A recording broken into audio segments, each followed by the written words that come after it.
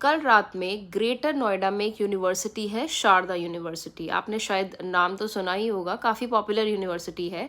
वहाँ पर एक लड़की ने, एक स्टूडेंट ने रात के टाइम पे हॉस्टल में सुसाइड कमिट कर लिया और उसने ये ब्लेम दो प्रोफेसर्स पे लगाया है, मेंटल हैरासमेंट का। उसने एक सुसाइड नोट भी लिखा जिसको फाड़ने की कोशिश करी गई, लेकिन वो तो वहाँ के कुछ स्टूडेंट्स ने उसकी पिक्चर क्लिक कर ली और उसको सोशल मीडिया पे डाल दिया। अभी उड़ीसा वाले केस को ज़्यादा दिन तो नहीं हुए हैं और ये दूसरा केस सुनने को मिल रहा है। यहाँ पर रीज़न है मेंटल हैरासमेंट। और ये मेंटल हैरासमेंट वाला जो केस है, ये सिर्फ शारदा यूनिवर्सिटी की कहानी नहीं है। बहुत सारे कॉलेजेस, इनफैक्ट स्कूल्स भी ऐसे हैं जहाँ पर ये मेंटल हैरासमेंट होता है। अब हर कोई तो मेंटली एक लेवल पे नहीं होता है, स्ट्रांग नहीं होता है, सबकी मेंटल स्टेट अलग अलग होती है।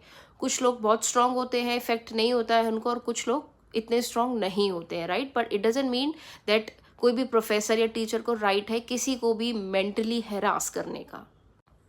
ये प्रोजेक्ट्स पे टीचर के जो सिग्नेचर है, ये इतने ज़्यादा इम्पोर्टेंट पता नहीं क्यों हो गए हैं स्टूडेंट्स के लिए कि इट इज़ मोर देन अ जज सिग्नेचर। एक कोर्ट के अंदर जो जज का रोल होता है, एक जज का जो सिग्नेचर होता है, उससे ज़्यादा इंपॉर्टेंट हो जाता है, राइट। और इस चक्कर में बहुत सारे बच्चे मेंटली सफ़र करते हैं अगर टीचर्स जो है उनको सपोर्ट ना करें और इस तरीके से उनको हैरास करें।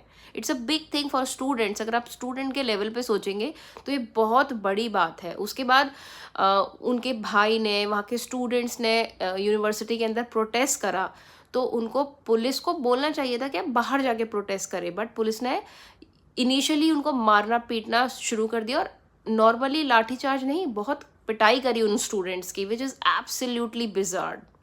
और ये कल रात की घटना है। उसके बाद अभी तक दोनों प्रोफेसर्स का कोई भी स्टेटमेंट रिलीज नहीं करा गया है।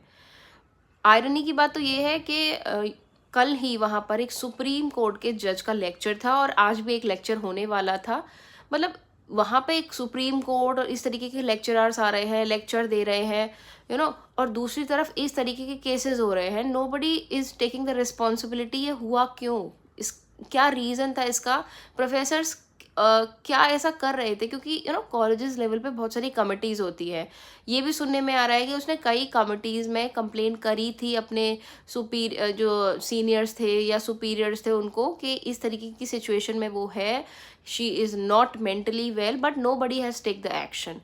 अगर इन चीज़ों के खिलाफ काउंसलिंग नहीं हुई या इस तरीके की चीज़ें चलती रहीं या टीचर्स को ट्रेन नहीं किया गया for all this, it can be a big thing because you know the situation right now.